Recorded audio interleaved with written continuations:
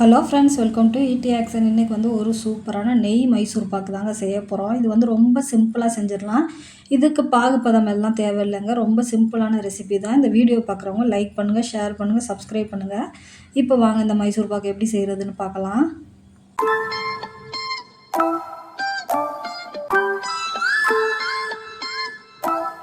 இப்போ வந்து இந்த மைசூர் பாக்கு வந்து ரொம்ப சிம்பிளான முறையில் செய்யலாங்க. எப்படி செய்கிறதுன்னு பார்க்கலாம். இங்கே பாருங்கள், இப்போ எந்த பவுலில் நம்ம எடுக்கிறோமோ அதே பவுலில் எல்லாமே சேர்த்துக்கலாம்.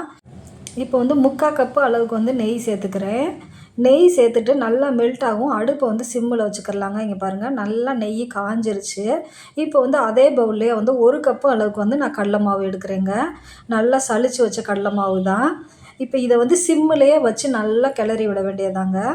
இதுக்கப்புறம் நான் வேறு எதுவுமே எண்ணெயோ எதுவுமே சேர்க்கலை. இந்த நெய் அளவே போதும். இது கரெக்டாக இருக்கும் நம்மளுக்கு. இங்கே பாருங்கள், இது நல்லா வந்து வாசம் வர்ற வரைக்கும் நம்ம கடல மாவு வறுத்துக்கணுங்க. கட்டிகள் எதுவும் இல்லாமல் நல்லா கரைச்சிக்கிறலாம். இங்கே பாருங்கள், நல்லா நமக்கு அந்த கிண்டையிலே நல்லா கட்டி இல்லாமல் தட்டி விட்டுட்டு இந்த மாதிரி நல்லா வாசம் வர்ற வரைக்கும் நல்லா வறுத்து எடுத்துக்கிறலாம்.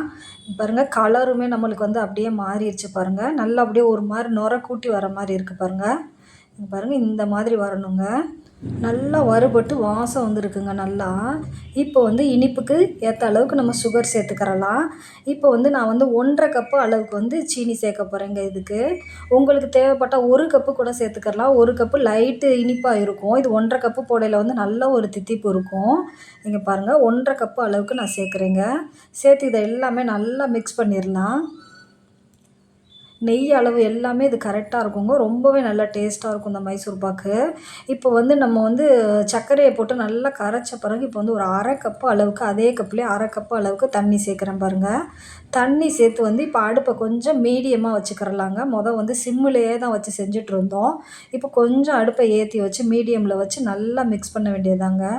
இது ரொம்பவே சிம்பிளான ரெசிபி தாங்க. இது பாகுபதமெல்லாம் பார்க்க தேவையில்லை. இங்கே பாருங்கள், எல்லாமே ஒன்றா மிக்ஸ் பண்ணிட்டோம். அவ்வளோதாங்க. இது இப்படியே நல்லா கிண்டி நம்மளுக்கு நுர கூட்டி வரணும். அது வரைக்கும் நம்ம கிண்டி விட்டோன்னா அவ்வளோதான், ரெடி ஆயிடுச்சு மைசூர் பாக்கு. இங்கே பாருங்கள், அப்படியே கலரும் மாறுது பாருங்கள். நல்லா வேகுது பாருங்கள் கடலை மாவு. அப்படியே நம்ம கிண்ட கிண்ட அப்படியே ஒட்டாமல் வந்துடும். அப்படியே நுர கூட்டி வருங்க. அதுதாங்க நம்மளுக்கு பதம். இங்கே பாருங்கள், நல்லா வருது பாருங்கள். நம்மளுக்கு பார்க்கையிலே தெரியுது பாருங்கள். அவ்வளோதான். இப்போ அடுப்பை ஆஃப் பண்ணிடலாங்க. அடுப்பை ஆஃப் பண்ணிவிட்டு அப்படியே வச்சிடக்கூடாது. லைட்டாக சூட்டோட கிளறி விட்டுக்கிட்டே இருக்கணும். இப்போ வந்து நான் ஒரு தட்டில் தாங்க நெய் தடவி வச்சுருக்கேன். இப்போ அதில் அப்படியே சேர்த்துக்கலாம். அதை இங்கே பாருங்கள், ஒட்டாமல் அப்படியே வந்துருச்சு பாருங்கள். அவ்வளோதாங்க. இந்த சூட்டோடு அப்படியே தட்டி விட வேண்டியதான். தட்டி விட்டுட்டு நம்ம வந்து இது ஆறுறதுக்கு முன்னாடியே வந்து கட் பண்ணி வச்சிட்டோம்னா நம்மளுக்கு எடுக்கிறதுக்கு ரொம்பவே ஈஸியாக இருக்கும். இங்கே பாருங்கள், நான் சூட்டோடையே தான் கட் பண்ணிக்கிறேன். நம்மளுக்கு எந்த மாதிரி ஷேப்பில் வேணுமோ அதை கட் பண்ணிக்கிறலாம்.